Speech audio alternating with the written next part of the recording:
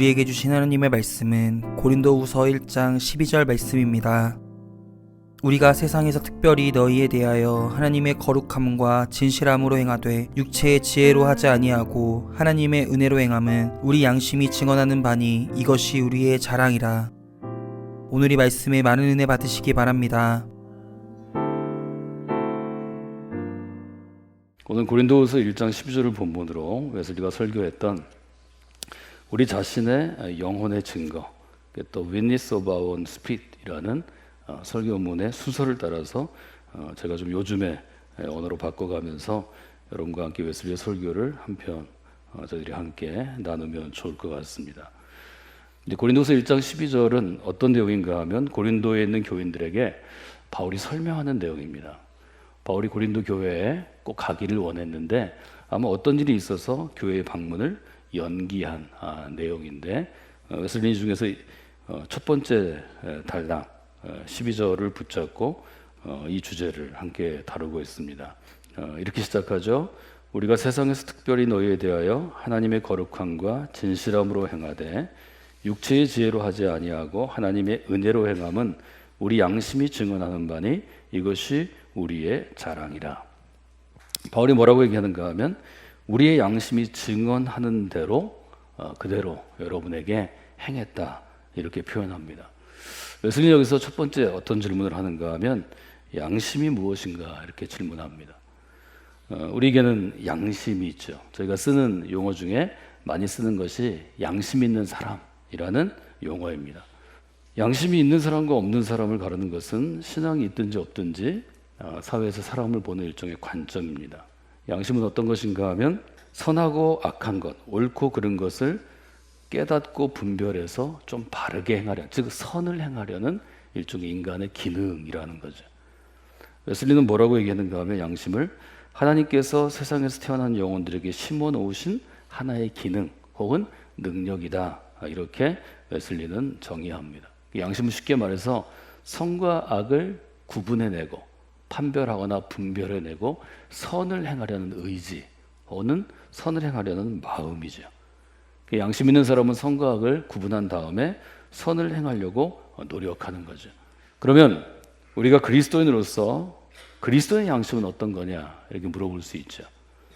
우리가 그리스도인이 아닐 때도 양심을 이야기하는데요. 그것은 인간의 도덕률에 관계된 것이고 그리스도인이라면 우리가 양심을 뭐라고 얘기할 수 있느냐 이렇게 질문할 때 웨슬리는 그렇게 대답합니다. 선악을 판별하는 기준이 과연 뭐냐 이렇게 물어봤습니다. 그리스도인과 그리스도인 아닌 사람이 양심이 서로 다른데 기준이 다르다는 거죠. 그리스도인이 아닌 경우에는 자기 마음속에 있는 어떤 법이나 규칙, 이건 문화가 주는 것일 수도 있고 유대인의 경우에는 율법이 주는 것일 수 있습니다.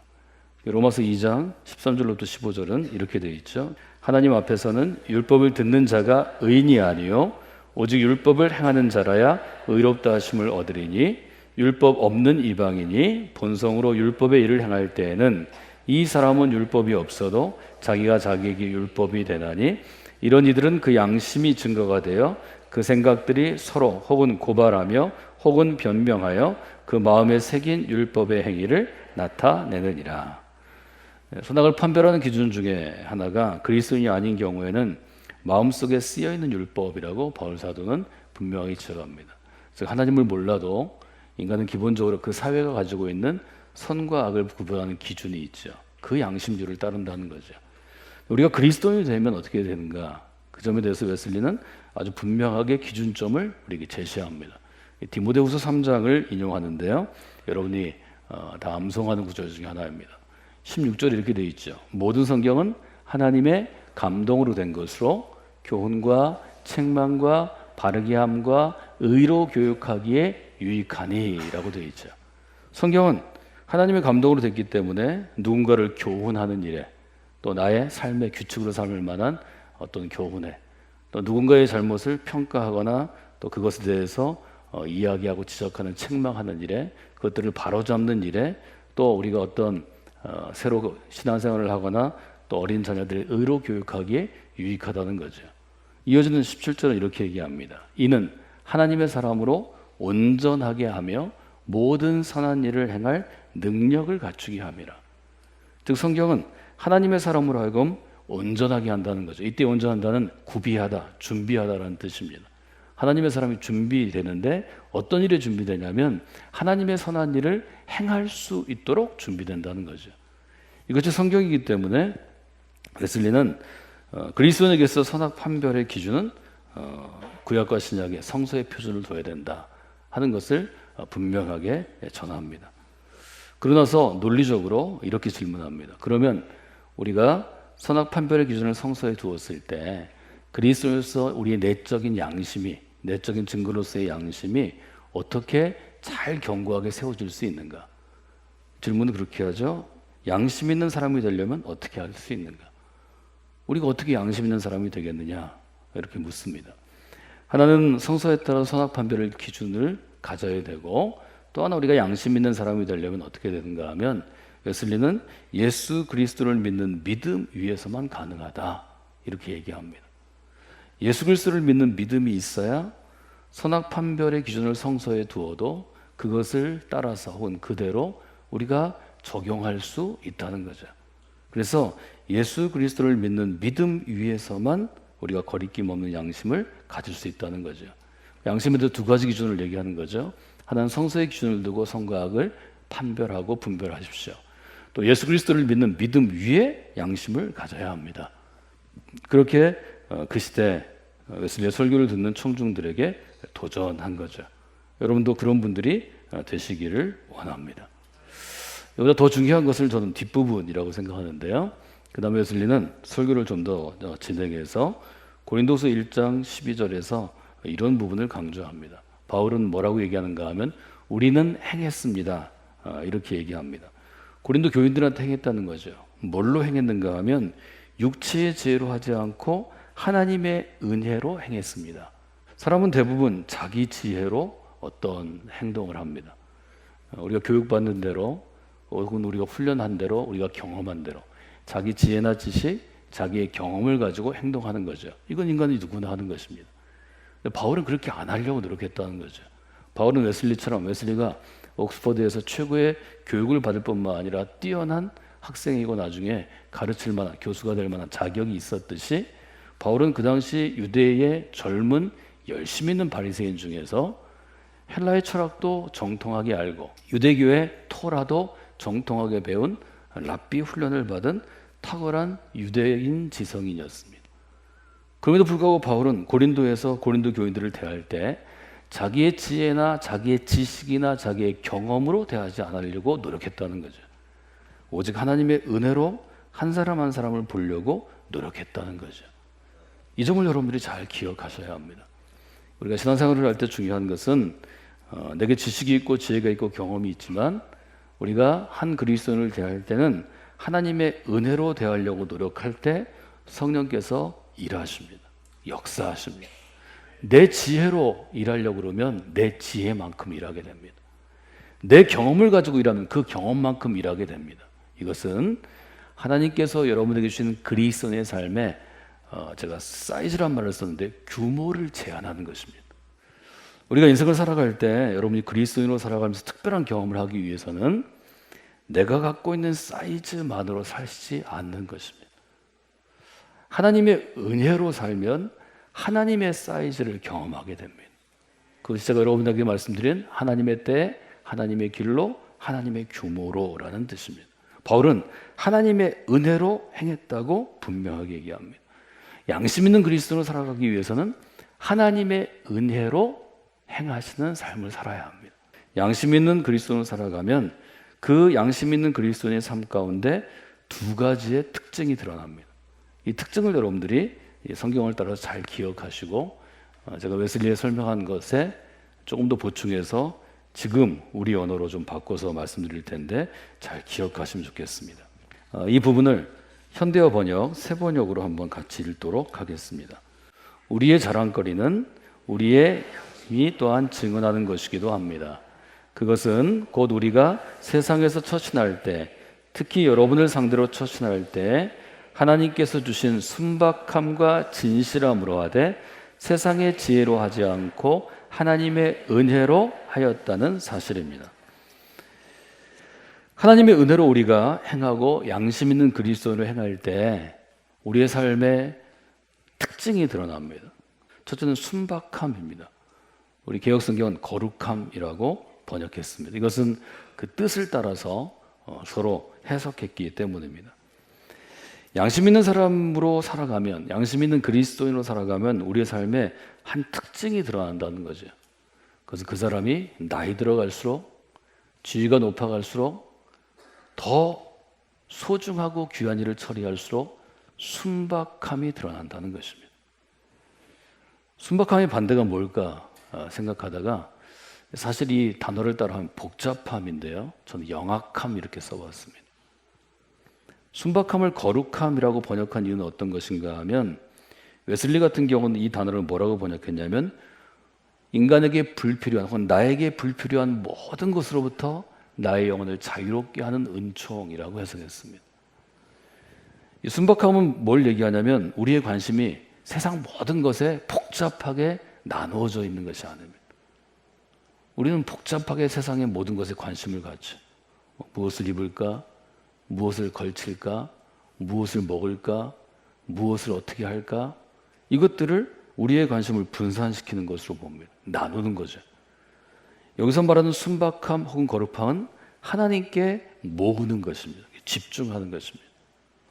신앙생활을 오래 할수록 여러분이 더 성숙한 그리스도인이 될수록 세상의 다른 것들은 조금 어리석어지고 무지해지고 하나님을 향하여 집중하여 하나님께 지혜로운 분들이 되셔야 합니다. 여러분 신앙생활을 오래 하시면은요, 한 사람을 만날 때 왼쪽 머리를 쓸까 오른쪽 머리를 쓸까, 왼쪽 눈을 돌릴까 오른쪽 눈을 돌릴까 복잡하게 느껴지면 저는 좀 실패했다고 봅니다. 세상에 많은 유능한 사람들이 영악한 것을 유능하다고 얘기합니다. 자기 이익을 따지는 거죠. 이 사람하고 얘기하면서 딴 많은 것들을 생각하는 거죠. 여러분, 그런 사람은 다른 사람을 감동시킬 수 없습니다. 저는 신앙은 감동이라고 생각합니다. 신앙은 마음을 움직이는 것입니다. 신앙은 그 마음을 붙잡는 것입니다. 지금까지 내 지혜로, 내 경험으로 내가 가고 싶은 곳을 가던 사람이 그 사람을 만나서 이 사람은 나보다 더 지식이 있고 지혜가 있고 경험이 많고 똑똑하고 유능한데 왜 여기에 집중하는가? 왜 그리스도의 십자가를 붙잡으려고 살아가는가? 이런 질문을 주는 것입니다. 우리가 정말 그리스도께서 우리에게 주신 양심을 지닌 그리스도로 살아가면 적어도 신앙생활을 20년, 30년 하면 그런 사람이 돼 있어야 합니다. 우리 인간의 나이로 50대, 60대가 되면 그런 그리스도인이 되셔야 합니다. 여러분, 그것이 여러분의 영혼을 구하는 것입니다. 그것이 여러분의 가정을 구하는 것입니다. 그것이 이 사회를 구하는 것입니다. 우리 모두의 인생은 그런 극적인 변화가 필요합니다. 영어로는 이 순박함 혹은 거룩함이라고 번역된 단어는 simplicity입니다. simple이라는 단어는 중학생도 다 알죠. simple은 우리가 단순하다 이렇게 표현합니다. 그런데 저것이 우리 교회 안에 들어와서 기독교 영성에서 쓰이면 simplicity는 굉장히 중요한 단어입니다. 저희가 제자훈련 과정이나 영성훈련 과정을 할 때 맨 마지막에 제가 드리는 책이기도 하고 주제이기도 하고 앞으로 우리가 이 삶을 향하여 simplicity 혹은 simple life를 향해서 나아가자고 도전하는 주제이기도 합니다. 여러분 이것을 붙잡고 한번 씨름해 보시면 좋겠습니다. 나의 삶에 순박함이 묻어나는가? 순박함은 하나님께 집중할 때 우리의 마음의 눈이 하나님께 집중되어 있을 때 우리에게 주시는 좋은 선물입니다. 우리가 하나님을 믿지만 그리스도이지만 교회 안에 중요한 멤버이지만 세상을 향해 우리의 눈이 있다면 순박함은 이루어지지 않습니다. 여러분 안에 자리 잡지 않습니다. 자라나지 않습니다. 여러분, 자라나지 않는 씨앗은 실패한 것입니다. 씨앗이 심겨지면 반드시 싹이 트고 자라나야 합니다. 자라나야 꽃이 핍니다. 또 하나 양심 있는 그리스도의 특징은 어떤 것인가요? 진실함입니다. 진실함으로 번역되어 있는데 영어로 sincerity입니다. 이것도 영어로 한번 찾아보시고 여러분의 단어를 보시면 좋을 것 같습니다. 순박함이 우리의 주로 생각과 관점과 관련이 되어 있다면 진실함은 우리의 말과 행동, 즉 실천과 관련이 되어 있습니다. 메소디스트 운동을 하면서 웨슬리는 연회는 매년 모이는 회의라는 뜻입니다. 애뉴얼 미팅입니다. 연회에서 1746년 5월 10일 연회에서 과연 이 진실함이란 무엇인가라는 질문에 대해서 이렇게 답합니다. 하나님의 뜻을 아는 것, 또 하나님의 뜻을 알고 순종하려는 의지이고 지극히 작은 것에 충성하는 것입니다. 여러분, 우리가 양심 있는 그리스도인으로 살아가고 그리하여 우리의 신앙이 성숙하고 우리의 삶이 성숙하면 하나님의 뜻을 좀 더 아는 사람이 되어야 합니다. 하나님의 뜻을 좀 더 알면 그 뜻대로 살려고 노력해야 합니다. 순종해야 합니다. 그리고 그 순종은 지극히 작은 것부터 시작됩니다. 이것이 마태복음에서 예수님께서 제자들에게 그토록 가르치고자 했던 순종 혹은 충성에 대한 교훈입니다. 이것이 양심 있는 그리스도인의 삶에 아주 분명하게 드러나게 된다는 거죠. 그 웨슬리는 이 진실함이 없이는 아무것도 하지 못합니다. 불가능합니다. 이렇게 얘기합니다. 저는 이 두 가지 특징이 여러분의 삶 가운데 잘 맺어지는 열매들이 되었으면 좋겠습니다. 살아있는 하나님의 진리를 전하는 것은 우리의 지혜나 지성에 근거한 말로 전하는 것이 아닙니다. 하나님의 살아계심은 영혼과 영혼이 이어질 때 가능합니다. 저는 이것이 진정한 전도 혹은 선교라고 생각합니다. 우리의 말, 우리의 프로그램, 이것으로 사람의 영혼이 영향을 받지 않습니다. 인간은 똑같은 것입니다. 우리가 똑같이 땅에 있을 때 누가 우리의 삶이나 우리의 영혼이나 우리의 자세를 배우려고 할 거예요? 우리가 하늘을 바라보고 하늘에 집중해서 나랑 똑같은 학교에 다니고 똑같은 나라에 살고 그저 비슷한 직업을 갖고 있는데 어떻게 이 사람의 삶은 하늘에 더 가까운가를 볼 때, 땅을 바라보던 사람이 하늘을 바라볼 때, 위의 것을 바라볼 때 그때 영적인 도전과 충격이 있지 않을까요? 신앙은 위의 것, 높은 데서 나는 것입니다. 깊고 높은 것, 이 두 가지를 생각해 보면 지금 바울이 얘기한 혹은 웨슬리가 인용한 순박함과 진실함을 여러분이 알 수 있으리라 생각합니다. 오늘 저는 웨슬리의 긴 설교문을 10가지 문장으로 축약해서 여러분과 함께 나눴습니다. 우리는 그리스도인입니다. 두 번째입니다. 그리스도인에게 주시는 영적인 증거는 양심의 증거입니다. 우리는 양심 있는 그리스도인이 되어야 합니다. 양심은 선악을 분별하는 기능입니다. 선악을 분별하는 근거는 성서입니다. 우리가 거리낌 없는 양심을 가지려면 예수 그리스도를 믿는 믿음 위에서만 가능합니다. 양심 있는 그리스도인은 하나님의 은혜로 행합니다. 양심 있는 그리스도의 특징은 순박함입니다. 양심 있는 그리스도의 특징은 진실함입니다. 양심 있는 그리스도에게 기쁨을 주십니다. 20개의 단락으로 구성되어 있는 것들을 제가 지금 우리의 기준으로 보아서 10가지 문장으로 줄여서 한교 여러분과 함께 나누었습니다. 21세기에는 우리가 무엇을 만들었나, 무엇을 세웠나, 무엇을 갖고 있나가 아니라 보이지 않는 부분에서 우리가 얼만큼 하나님의 높이만큼 자라날 수 있는지, 하나님의 깊이만큼 깊을 수 있는지를 돌아보는 때가 되었습니다. 여러분들이 믿음 안에서 양심 있는 그리스도인으로 아주 아름답게 자라나는 그러한 믿음의 나무들이 되시기를 주님의 이름으로 축원해 드립니다.